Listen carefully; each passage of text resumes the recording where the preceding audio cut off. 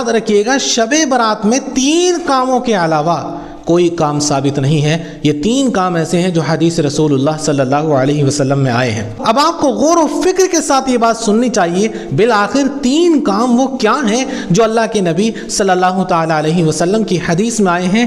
سب سے پہلا کام یہ ہے کہ آپ علیہ السلام قبرستان جایا کرتے تھے اور قبرستان جا کر مردوں کے لیے ایصال ثواب کیا کرتے تھے، مغفرت کی دعائیں کیا کرتے تھے۔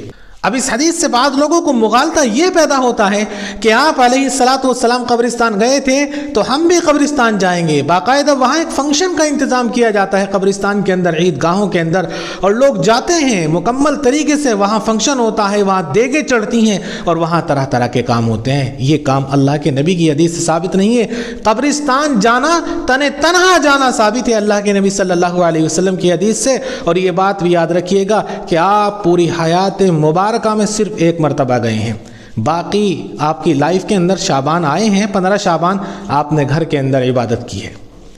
بات سمجھ رہے ہیں نا؟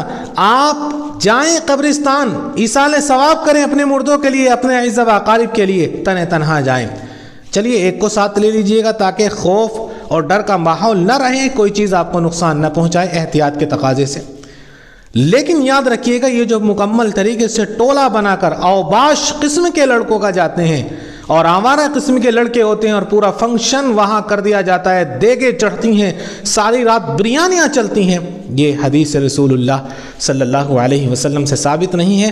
حضرت عائشہ رضی اللہ تعالی عنہا کی روایت ہے کہ حضرت عائشہ نے حضور پاک صلی اللہ تعالی علیہ وسلم کو بستر پر جب تلاش کیا تو آپ بستر پر نہ ملے، تو جا کر دیکھا جنت البقیع میں آپ علیہ السلام عبادت کر رہے ہیں، اور حضرت عائشہ سے فرمایا کہ آج 15 شعبان ہیں، اللہ تبارک و تعالی آسمان دنیا پر متوجہ ہوتے ہیں اور اللہ تعالیٰ اس امت کے گناہوں کو معاف فرماتے ہیں، تمام فیصلے اس رات میں ہوتے ہیں، زندگی کے اور موت کے۔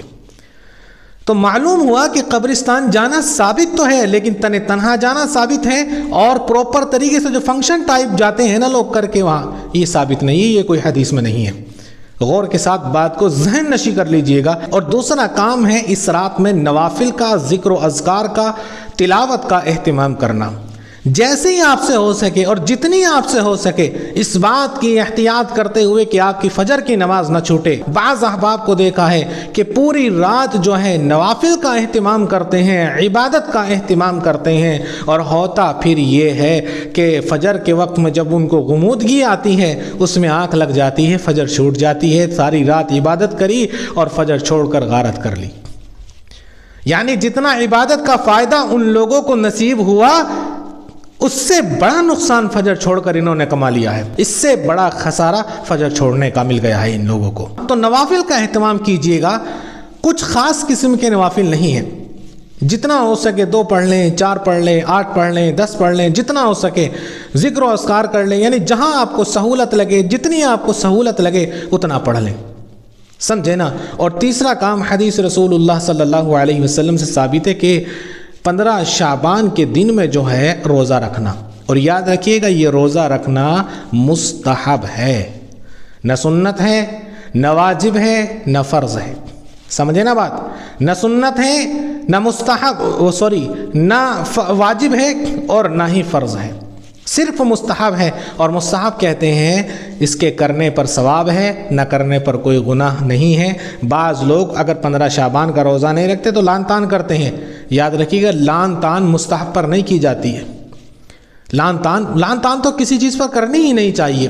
تو یہ 3 کام ایسے ہیں جو آپ 15 شعبان کی رات میں کریں، حدیث رسول اللہ صلی اللہ علیہ وسلم سے ثابت ہے۔